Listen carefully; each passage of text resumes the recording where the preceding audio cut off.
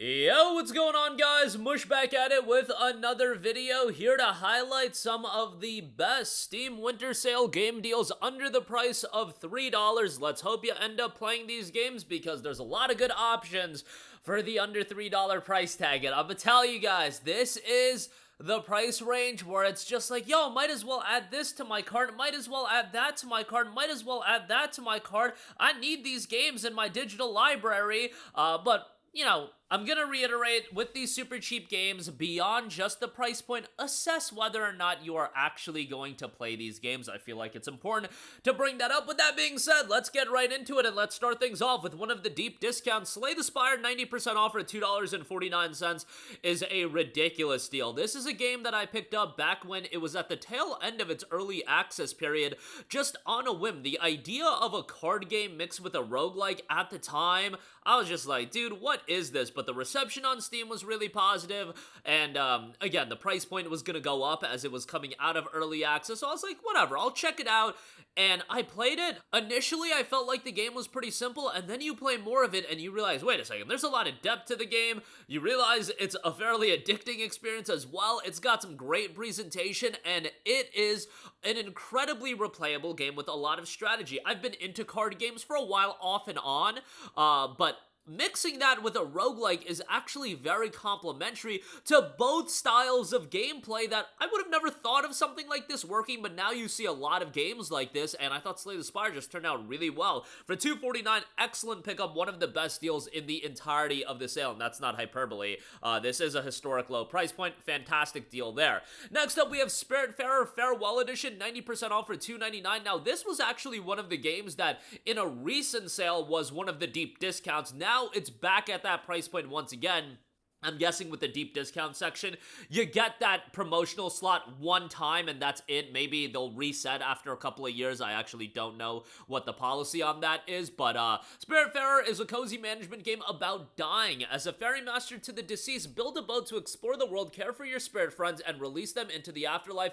The Farewell Edition includes the heartwarming base game and 3 major content updates as well. 17,000 Steam user reviews, 95% positive, and an 84 on Metacritic. This is more, I don't want to say a relaxing game, because when you talk about the context of the game, I don't know, maybe talking about death and a game about dying in a management title like that, relaxing might not be the exact word, but in terms of presentation, it's got a really, really slick style, and for $2.99, I think this is a pretty good pickup. Next up, we have Dust in Elysian Tale, 80% off for $2.99. Man, this must have been one of the early games I picked up on Steam, and I definitely paid more than $2.99. I want to say I paid like $7.49 for it, back, you know, in the day during one of the Steam daily deals, but this is an excellent Metroidvania. It is a little bit on the older side. It came out back 12 years ago, but this is the advantage with a game like Dust in Elysian Tale that has such a unique art style. This game has just aged so gracefully. I feel like you look at this game now, because of the art style, it didn't go for realism or anything like that. I feel like the game still looks fantastic. A traditionally animated action-adventure tale, an expansive world filled with unique characters, quests, and secrets, action-packed, non-linear platforming, rewards exploration and experimentation, fully voice cast, and a deep, rewarding storyline. One of those games that doesn't get talked about much anymore, but for $2.99, I think it's a great pickup. Definitely check that one out. Next up, we got Shadow Warrior, and let's throw in Shadow Warrior 2, $2.99 a pop on those. They do have the Shadow Warrior trilogy, which will get you Shadow Warrior 3 and Shadow Warrior Classic Redux, but I would just get Shadow Warrior 1 and 2. These games are over-the-top, gory, visceral, first-person shooter slashers, if you want to say that as well. The games are a ton of fun. Not super lengthy, and how about this for a fun fact? Development studio behind Shadow Warrior 1 and 2?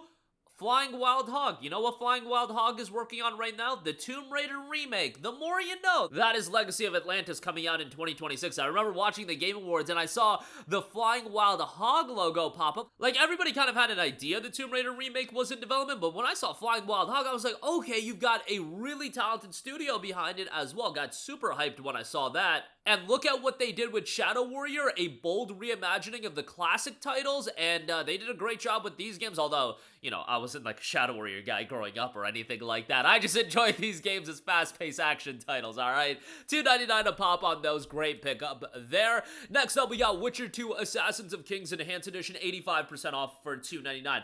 Witcher 2 is an awesome game. Obviously, Witcher 3 elevated the franchise and took it to the next level. But Witcher 2 is a great game as well, and I think it's one very much worthwhile checking out. It is a much smaller game than Witcher 3 in the sense that it's not this grandiose open world, but, you know, there's optional content and things of that nature, and the visuals still hold up quite well, even being 14 years old. This is one of those games that back in 2011 was definitely one of the showcases for higher-end PCs, and, you know, the issue with Witcher 1 is, I think if you go back to Witcher 1, that's gonna be a fairly dated experience. That's why Witcher 1 is getting the ground up remake. I honestly hope they do, maybe not a remake of Witcher 2, but an upgraded release. I think they can make a lot of money off that, given that that game is not available on PlayStation, but we'll see if they ultimately do ever do that. $2.99 on Witcher 2, great pickup there.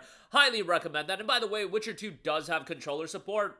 I don't think it's absolutely good, absolutely ideal, I should say. I played the game with keyboard and mouse, so take that for what you will. Although, I did play some of it with controller, like I started another playthrough of it not too long ago and I was playing with controller, but keyboard and mouse probably the ideal route to go, but you can play with controller, and the game was released on Xbox 360, so obviously controller support is there.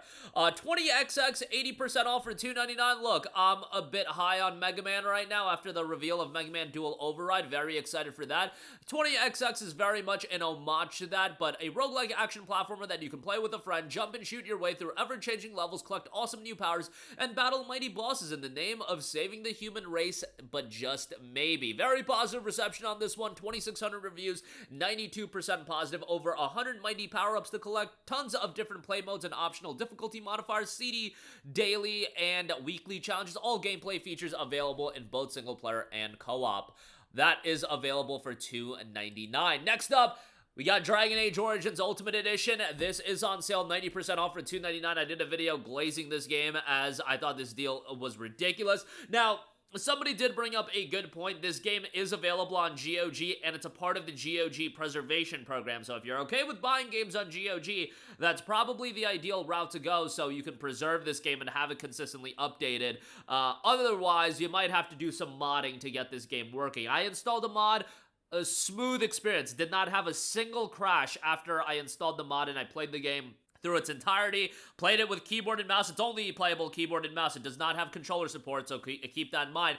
The game is awesome, man. It's unfortunate going back and playing this game, and I was really... Honestly, there was a somber feeling when I got to the end of Dragon Age Origins, just when, like, reality set in about how washed BioWare is, and you're not gonna get this caliber of game from them ever again. Like, that's just the reality. But this game, man, was phenomenal. The writing is great. The characters are likable. Just when you boot up this game, I vividly remember booting up this game back in the summer, and it was my first time playing the game, but listening to the menu music again, and I was just like... Holy hell, like, I'm about to embark on something epic, and that's exactly what you got. The game is just so good. Yes, visually is it a little bit dated? Absolutely, but it's still very much a worthwhile game to play, and I would highly, highly recommend it. Just a great title, and for $3, a worthwhile pickup there for sure. An excellent RPG.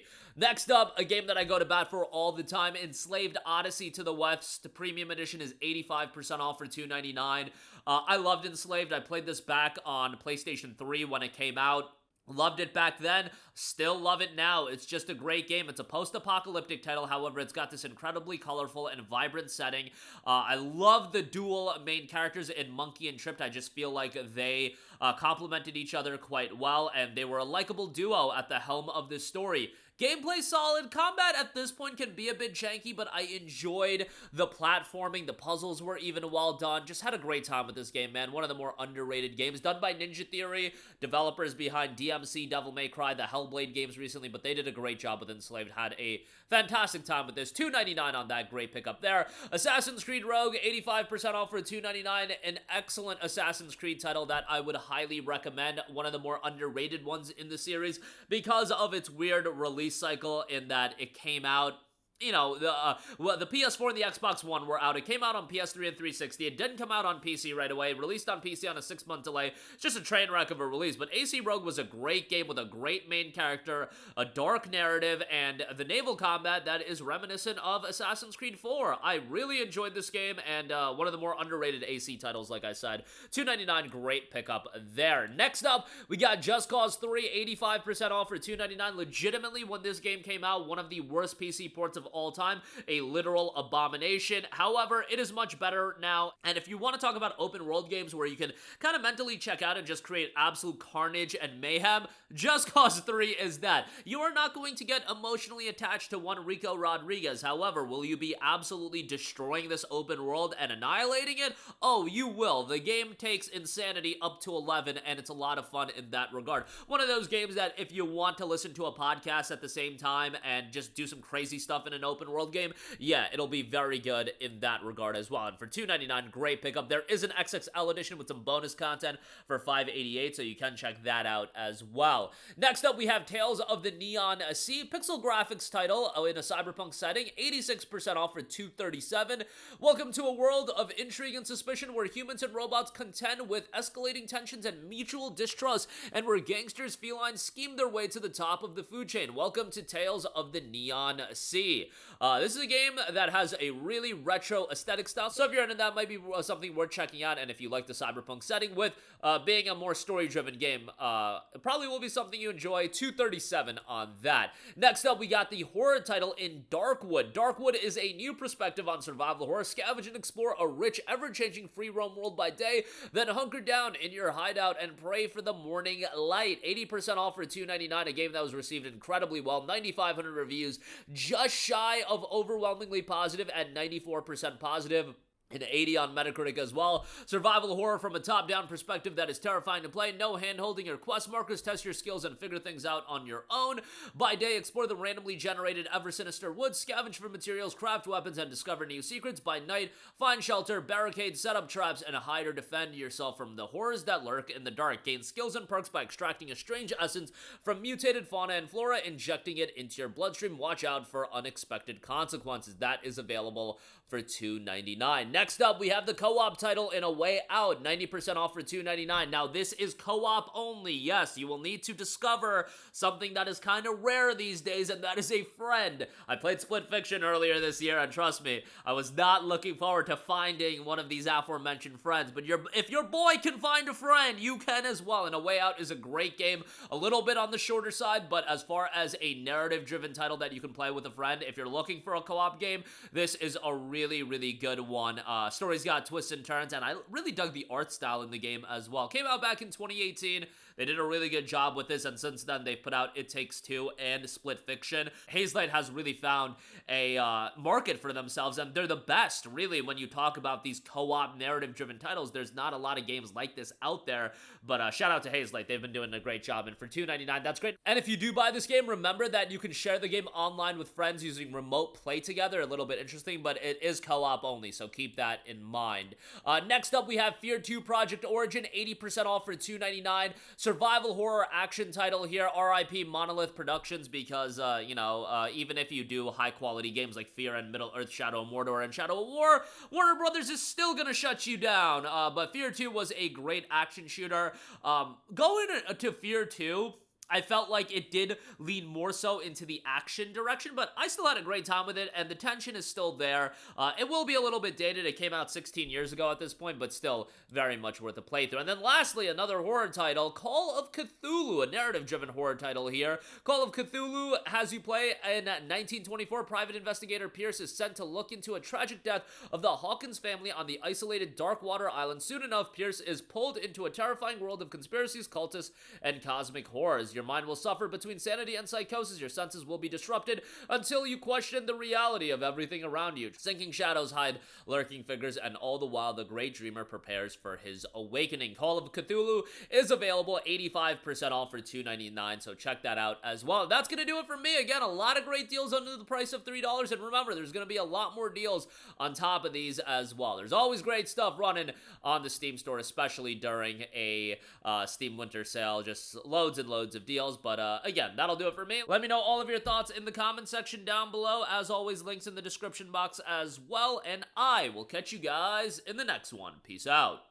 Hey, what's going on, guys? Mush here again. Hope you enjoyed the video. As you guys might know, YouTube's notification system is sometimes a little bit wonky, even if you're subscribed to the channel. Maybe you're not abundantly aware that I uploaded a video. To remedy that situation, make sure you hit the bell notification button. This way, whenever I upload a new video, and I try to upload as consistently as possible, you will be notified directly of the upload, and you can watch it as soon as it goes live. I would really appreciate if you guys hit that button so you can stay up to date with all of the content I'm posting. But as always, guys, thanks for watching, and I'll catch you guys in the next one. Peace out.